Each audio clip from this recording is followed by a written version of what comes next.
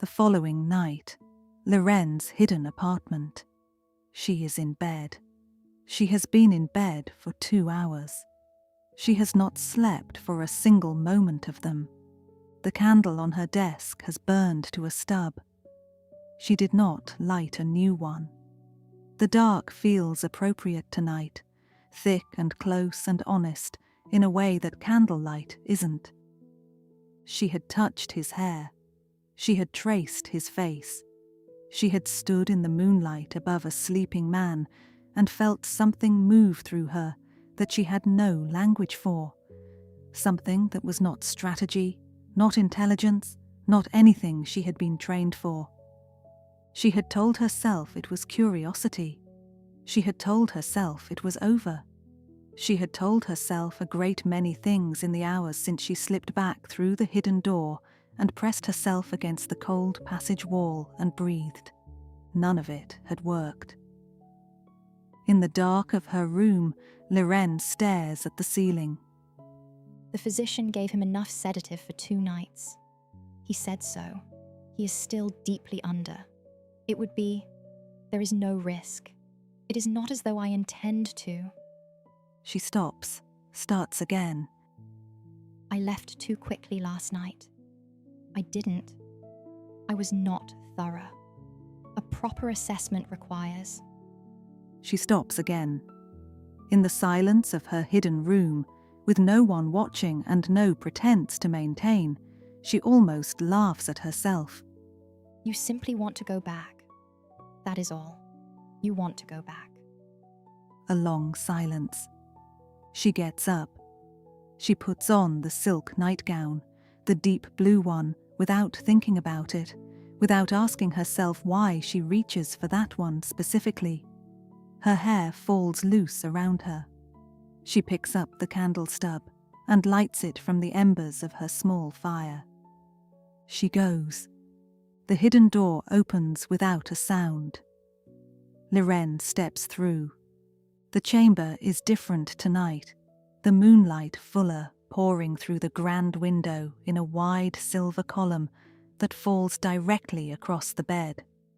The fire has burned lower than last night. The room is warmer, closer. Sorvane sleeps as she left him, on his back, his face turned toward the window, his breathing deep and even. The fever's flush is lighter tonight. He is healing. She registers this with something that is relief before she can stop it from being relief. She sets her candle on the mantel and crosses to the bed. She stands above him. Last night she stood here and looked at his face. Tonight she looks at all of him, the breadth of his shoulders, the way the moonlight traces the lines of him through the linen, the large hands lying open and still at his sides.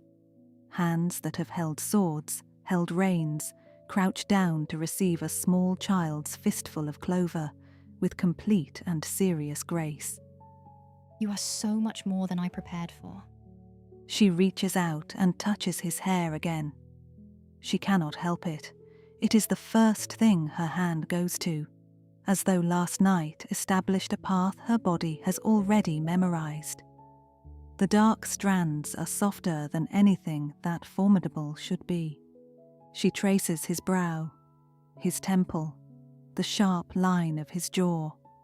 All the things she touched last night, relearned now with a sureness she didn't have then. Less exploration, more recognition, as though she is tracing something she already knows.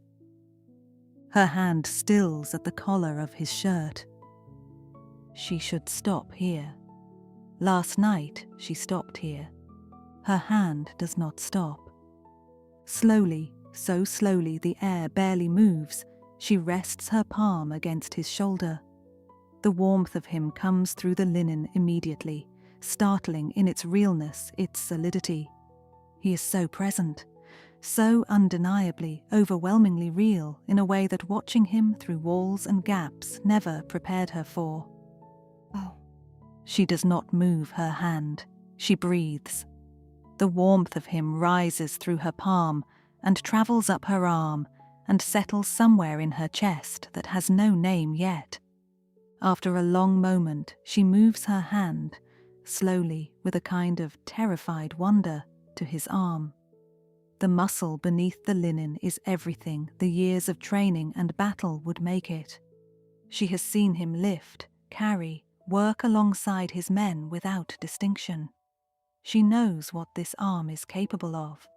Under her fingers, in the deep still of the sedative's hold, it is simply warm and present and his.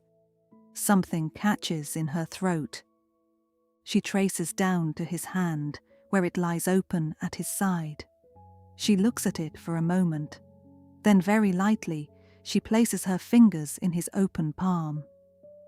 She does not close her hand around his. She simply rests there, in his open hand, as though she has been placed there carefully, like something precious. The fire crackles softly. The moonlight shifts a degree. Lirenne stands in the silver dark above the man who came to take everything she loves, her fingers lying in his sleeping hand, and she understands, with a clarity that is almost violent in its precision, that she is in an extraordinary amount of trouble. She does not know how long she stands there. Long enough for the fire to sink lower. Long enough for the moon to move past the window.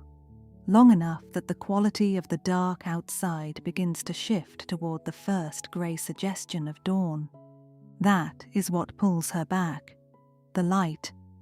The approaching light that will make her visible, make this real, make it something that has consequences.